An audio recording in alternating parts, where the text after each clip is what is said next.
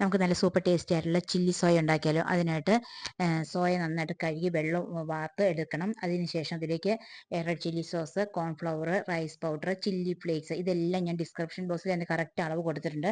ഇതെല്ലാം കൂടി നന്നായിട്ട് മിക്സ് ചെയ്തൊരു കോട്ടിംഗ് ആക്കി വെക്കണം. പിന്നീട് എണ്ണ ചൂടായതിനു ശേഷം ഇതിലേക്ക് നന്നായിട്ട് നമുക്ക് വറുത്തെടുക്കുക. ആ വറുത്തെടുത്തതിന് ശേഷം നമുക്കിതിലേക്ക് ചില്ലി സോയയ്ക്ക് വേണ്ടിയിട്ടുള്ള പേസ്റ്റ് തയ്യാറാക്കാം.